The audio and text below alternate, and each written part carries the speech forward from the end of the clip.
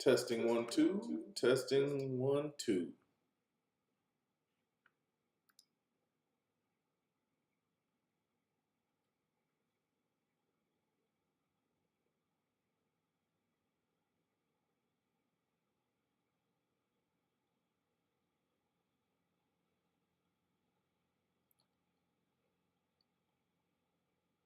Testing 1 2. Testing 1 2.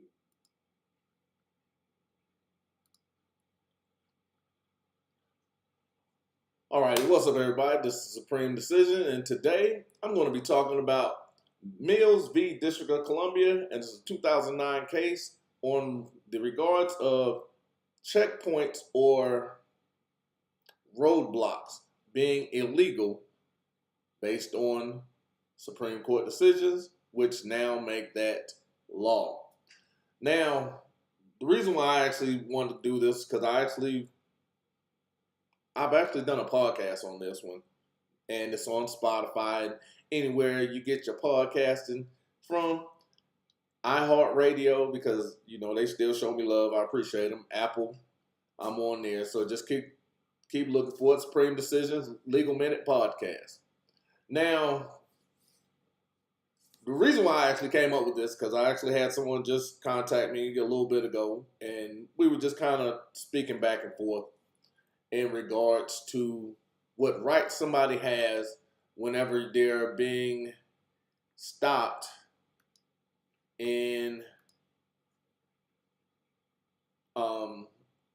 pretty much their day-to-day travels, because they're in Richmond County, which is Augusta, Georgia, and they have this thing. It's been going on for literally years. Like whenever they stopped doing the Red Dogs in Atlanta, they started doing Rolling Thunder, and they actually took it all the way up to Atlanta.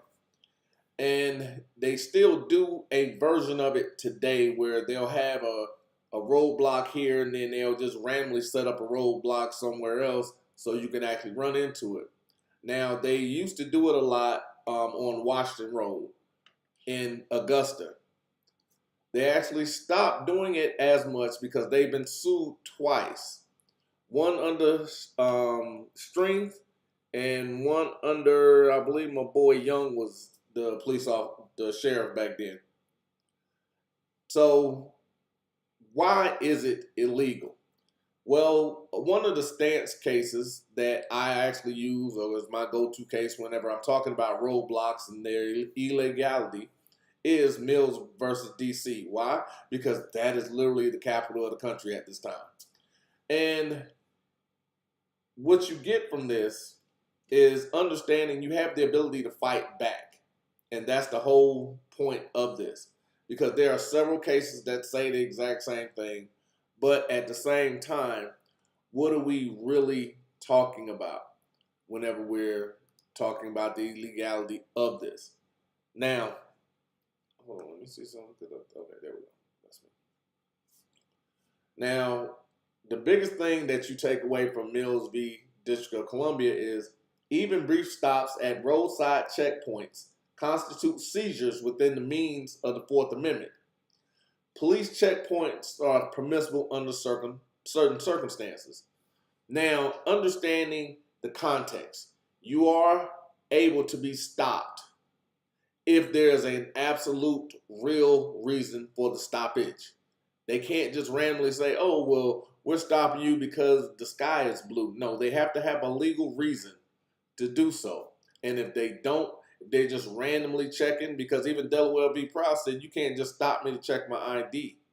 You can't just stop me to check registration of the conveyance that I'm in.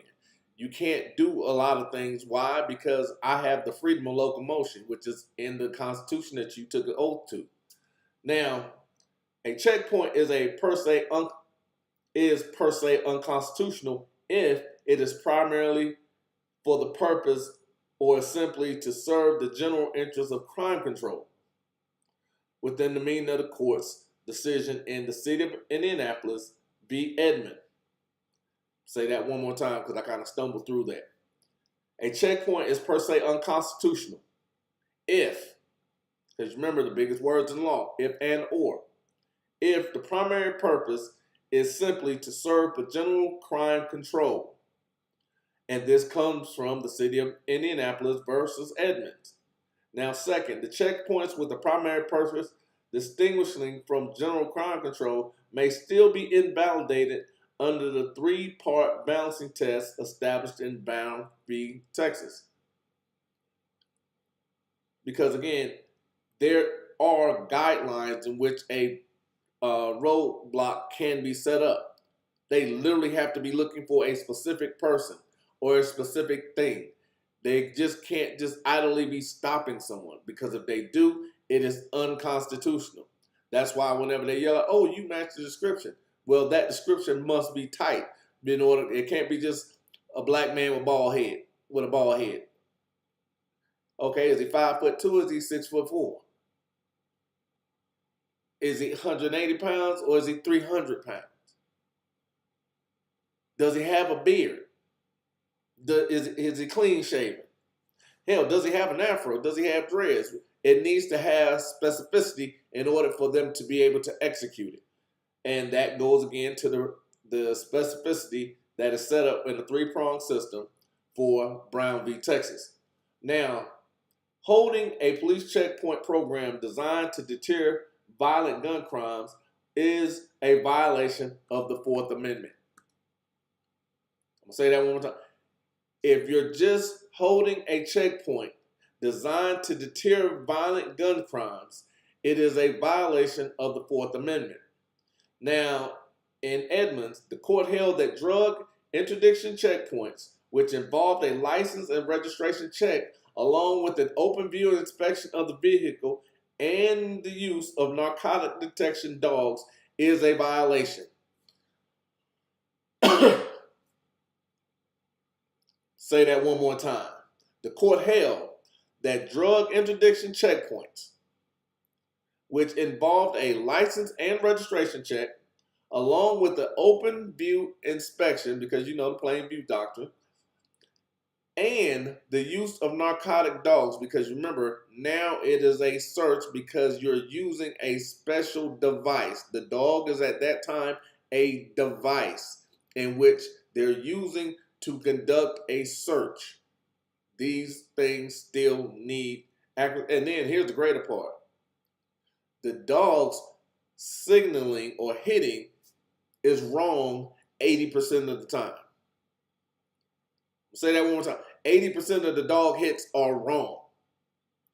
So even whenever they're using them, it is not a actual go ahead and search type deal, because the dog is wrong 80% of the time. So out of 10 times, they only right 2 times. Right? That's even lower than baseball numbers. Now, under Brown, courts evaluating seizures less intrusive than a traditional arrest, the gravity of public concern served, the degree in which a seizure advances the public interest, and the severity of the interface with the individual liberty. That's a whole lot to say. Now hold on, let me take a sip. This is actually water for right now, because later it's gonna be yak.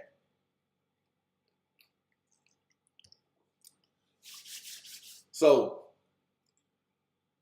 you have, while they call it 3-pronged, that was like 5. A less intrusive than a traditional arrest.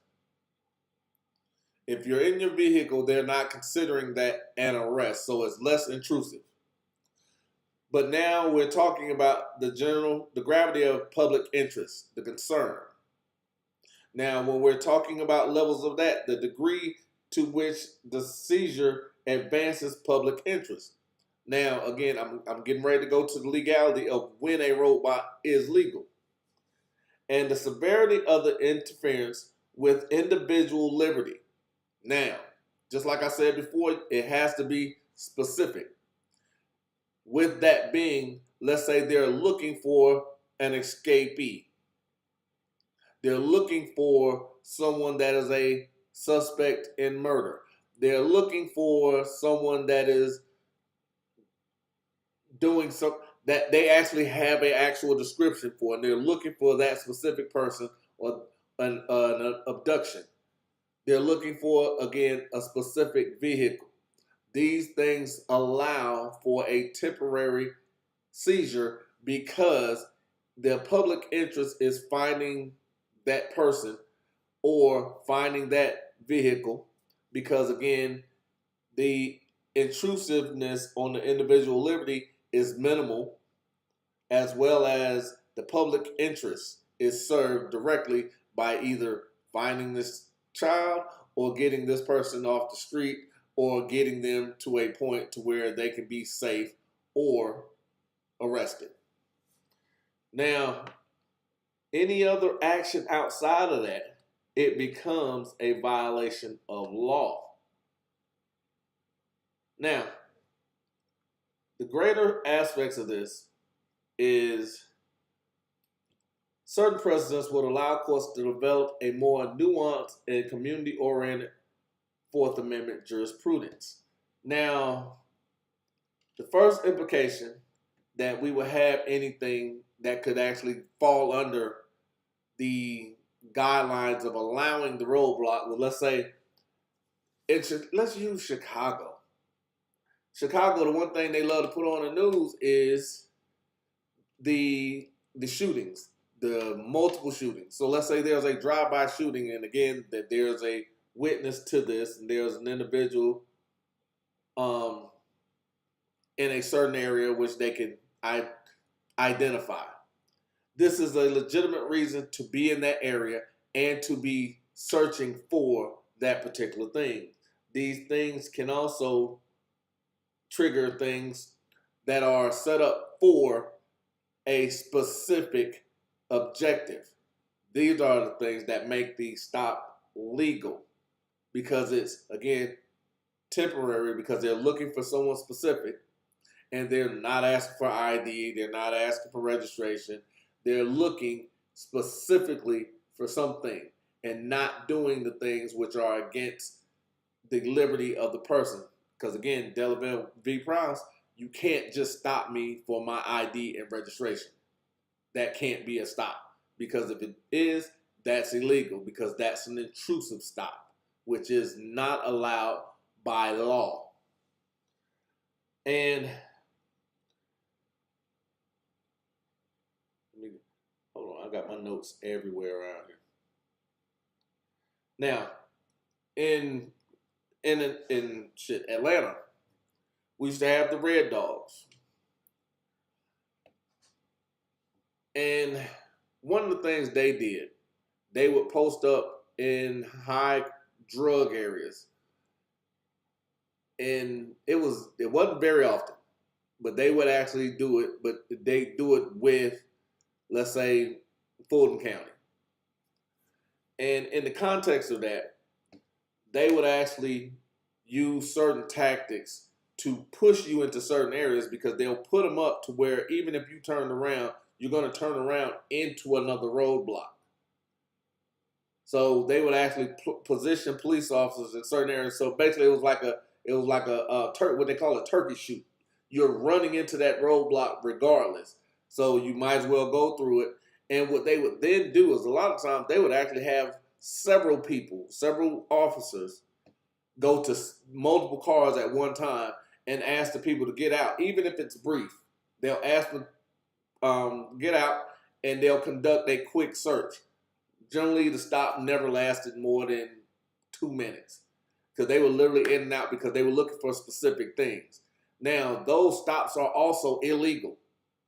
They would ask for the ID. They would do that. They bring the dogs. But again, it will be things that they would set up in advance to where you would have to go through this turkey shoot in which order to get the things that they were looking for.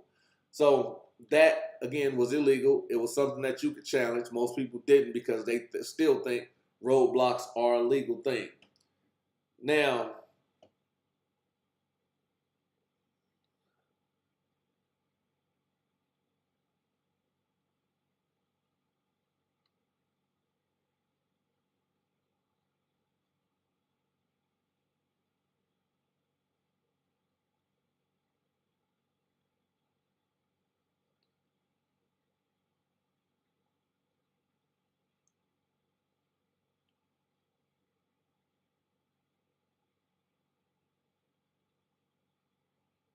Okay. This one here, when we went to the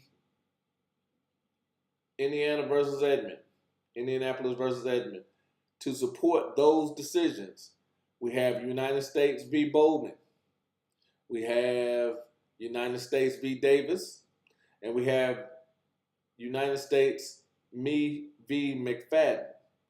And they support the conclusion of Edmond that were covering based on the deterrence-based checkpoints and their illegality. Each of these cases involve constitutional challenges to the checkpoints, and in each case, the judge wrote, just like they did in Mills, the deterrence of ordinary criminal activity was indistinguishable from efforts to detect those crimes. Thus, when decided, both cases, the court's opinion concerned only the sufficiency of the evidence establishing a permissible purpose, not whether the deterrence was impermissible under its primary purpose. Basically, what that states is the activity itself, while it was set up for one purpose, and that was to deter criminal activity, did it then fall under the guidelines of Brown? Was it intrusive? Absolutely. Did the evidence that they find as a result of this illegal activity, was it something that they could use later? Again, the court found in all of those cases, no, they could not, because the evidence was not done not set up in a proper manner. And again, that was the same argument that was used in Mills v. District of Columbia. And this is one of those where you understand the stop itself. These roadblocks are set up for revenue generation because they're designed to invoke fear. They're designed to put you in a sense of can I, should I, and saying, oh, well, they have this extra power, when in fact, again, I say this more often than not, police do not have power until there's a crime, which is why if they're giving you instructions, sit on the curb to do this, to do that, and you do it, it is now a show of authority stop, because offering instructions to the master that they swore to serve is illegal. And that is in that one thing that they keep hollering, Terry v. Ohio. It is in there. And again, like all the stuff that I've been telling you guys before, you're now starting to see it. If you've been following me for a while, a lot of stuff I've just been giving you breadcrumbs to keep you here. And now I'm giving you a lot more. And it's really, if your eyes were opening then, you're now full blown. Because again, 700 videos in, almost 800 videos, and now we're getting the actual meat and potatoes and understanding all these pieces that I've been putting together. I've been dropping them for years. You guys now have the opportunity to actually see it come to fruition, because now the next step will be joining one of the master classes and then start applying these things that you learn. Because even in this, United States v. Fryer, 2009, holding that an entry checkpoint at a national park was not a per se invalid because the goal was to prevent, was for prevention, not arrest. So again, it had to have a secular purpose, and that purpose was not to arrest anyone. You're stopping people at the gate, because just like if you're going to an amusement park, they're stopping you at the gate because they will check you before you're going in, because you are going to interact, and it's a more of a controlled environment, and it's not out in public. These things are permissible stops because those are not moving checkpoints. This is an actual set place that you have to stop every time. And even compared to Edmonds, vehicle stopped, 401 arrests. With Mills, it was 951 stops, yet it was only one arrest, but Mills, one arrest was the violation. Because again, you're not supposed to be stopping me to check just my ID. Because the Supreme Court recognized that suspiciously checking checkpoints meant to prevent an emergency or to catch fleeing criminals would likely be exempt from invalidation. Because again, they're looking for something or someone specific, not doing a random on everyone that passes by. And that's what makes it illegal. Always understand that. They have to have an actual valid reason. Them stopping in the middle of the road and saying, you can't come past here unless you give me your ID is against the law. And you can sue the police department and the state for these actions. Why? Because this is clearly established. 2009, 2008, 2001, all of these cases are in the 2000s. These are not one-off cases. And even here's the next part. There are other cases that go along to support these, because I just rattled off, what, 5? Just from Edwards. And all of them have a secular meaning, because even Illinois versus Lassiter, that's another case that supported Edmonds that goes along with the violation being done if there's a stop. Because again, even when a police officer stops you, he must have or she must have a valid reason for the stop. They can't just idly grab somebody and say, hey, you got to sit here and talk to me. No, I don't.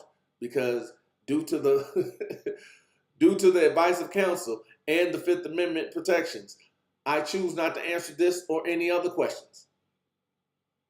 These are real things. Understand that.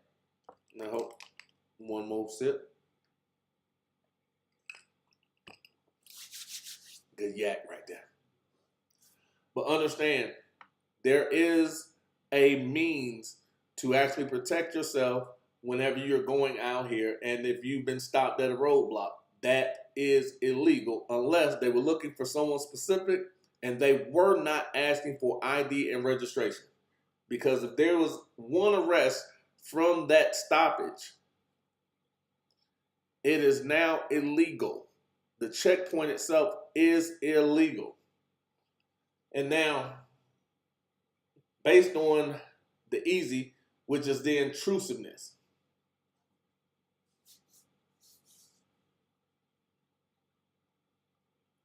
Now, even in McFadden, which is a 1989 case, the court held that part of the regulation of vehicular traffic associated with open-air drug markers qualified as legitimate interest, noting that motorists and residents alone had been complaining about serious traffic and crime problems associated with the drug sales. Now, keep that. The issue was drug sales, open air, and traffic. Two separate issues. But the police used it as a weapon to actually make arrests for non-drug offenses. They began checking IDs. They began checking registration.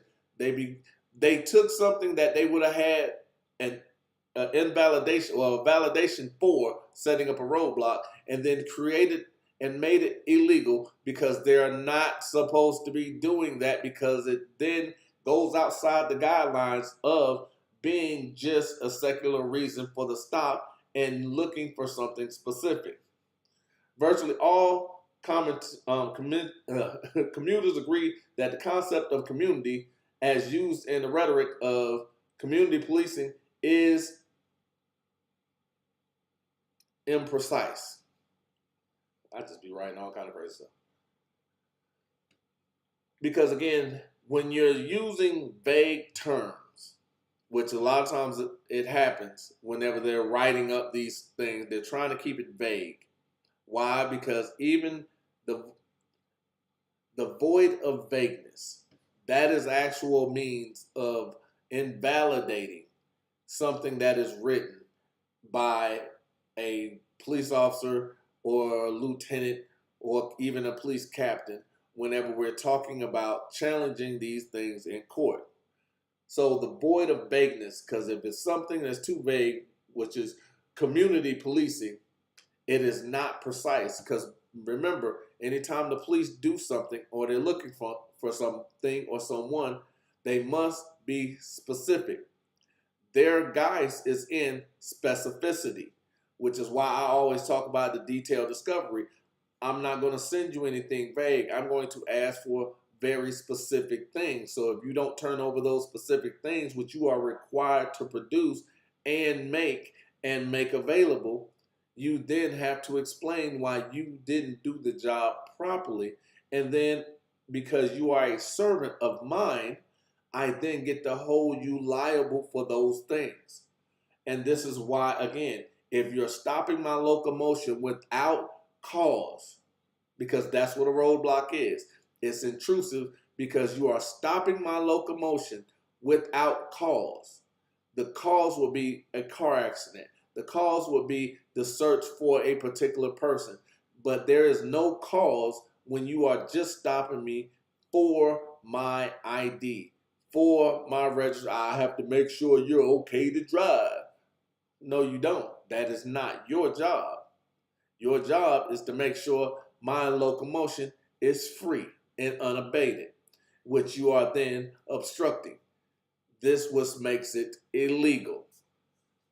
Now, the fact that the District Court of Appeals in Galbraith v. United States used Brown to test the invalidation a Trinidad checkpoint program very similar to the NSV, the court still ruled that the view of insubstantiality of government deterrence interests, the Brown test weighed in favor of the individual liberty interest, which means the case, even in appellate court, as long as the individual liberty interest was obstructed, it is a violation of law.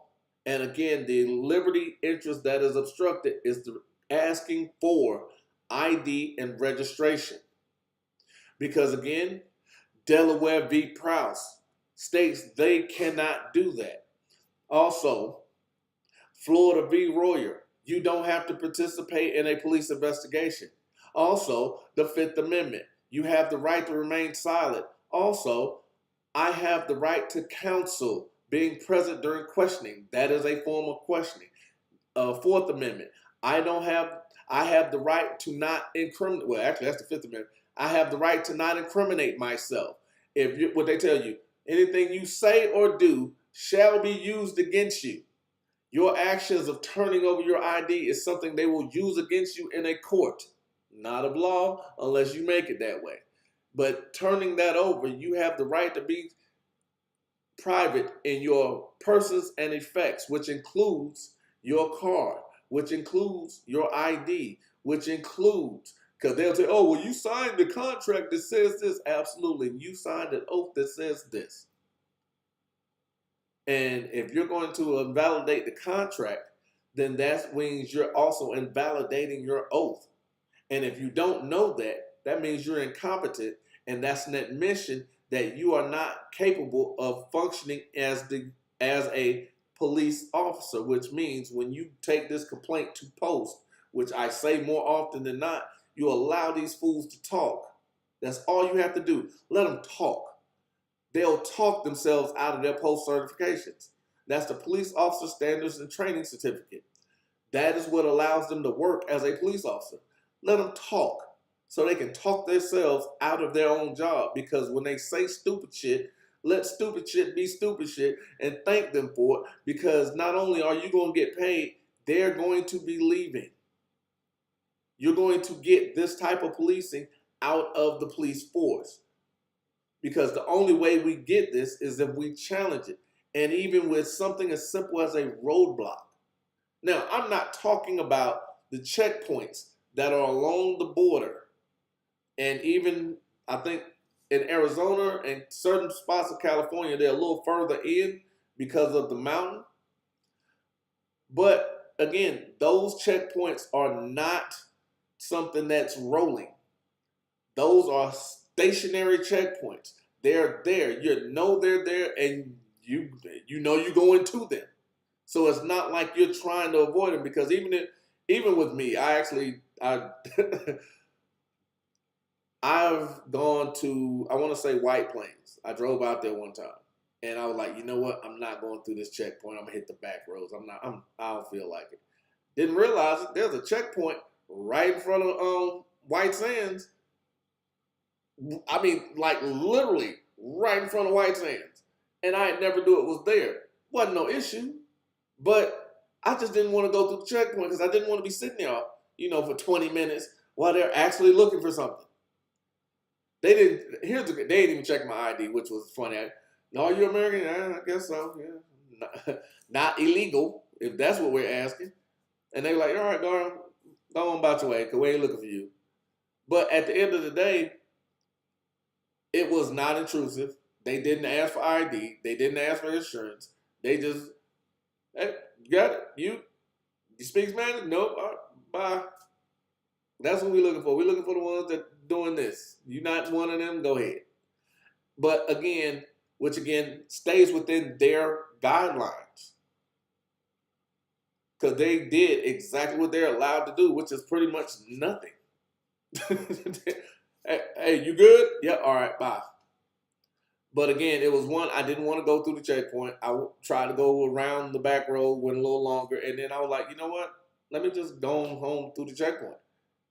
And it was actually even easier on the way back to the house. It was like literally, it was almost like a speedway. I went through and barely slowed down.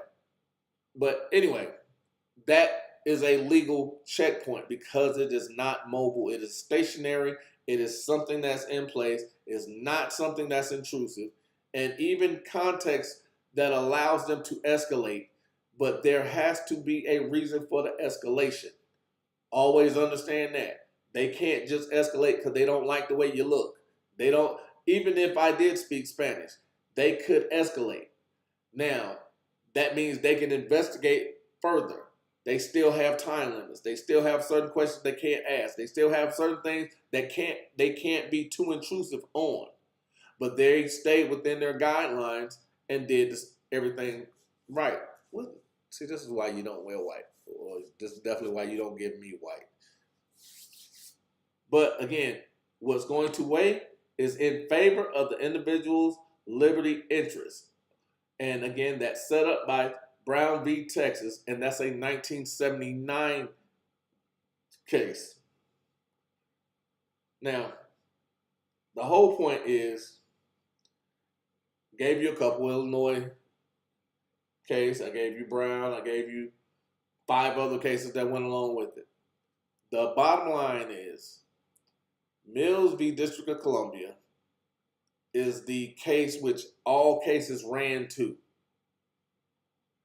That is the case that puts in effect not only Brown v. Texas, it encompasses Edmonds, it encompasses Brown, it encompasses all what is necessary on a fight back. But again, it's showing you that you have a leg to stand on if you were stopped at a checkpoint or at DUI stop or any of these things, because the stop itself is illegal. Why? Because the individual interest, how do I write that? Individual liberty interest, because you have the right to locomotion. And if you are not damaging property, if you're not hurting anyone else, the stop for your ID, the stop for your insurance and registration is an intrusive stop and a violation to that stop because it goes to general crime control and not anything specific. The specificity is what allows the police to be what they are and do what they're doing. So remember, put this back up here for you. Roadblocks are illegal, and you have the right to sue if you've been stopped at a roadblock and they've asked you for your ID. They've asked you for your insurance. They've asked you to step out the car, because I'm going to have something on that too, because matter of fact, I'm going to do that next. Give me about an hour and I'll be back on, because Pennsylvania v. Mims is one of those monsters that most people do not fully understand, especially cops. Well, I can ask if, I'm going to say that one more time. They can ask if. They can have a roadblock if. And that's what they have reasonable suspicion of. All these have caveats, and they generally stop at what then makes them ineffective. When it takes it out of their favor and puts it back onto law, because law is actually designed for the person they chose to have the person they chose to serve. Because they are in service to you. Now, thank you guys for tuning in. Like I said, I'll be back in about an hour. I'm gonna put up the Pennsylvania v. Mims, and we're gonna go into that just a little bit. Not gonna go deep, just a little bit, because again, and also Monday, I'm going to be doing probably 8. I don't think I'm gonna do a full day. Hopefully, somebody will bring me a plate or something. Somebody shoot me some coffee money, send me something so I can order something. I don't know, But Monday, we're going to be doing a long show, and we're probably going to end up doing multiple shows because my camera might get hot. Don't know. At this point, don't care, but we're going to see. We're going to see what we do when we're doing, how we're doing what we do. And we're going to go from there. I love you guys. Don't forget to join the channel. Don't forget to join the masterclass because I got some stuff that's getting ready to jump off that's going to make your head pop off. But let's go and let's grow. Supreme, and I'm out, people. See you in about an hour.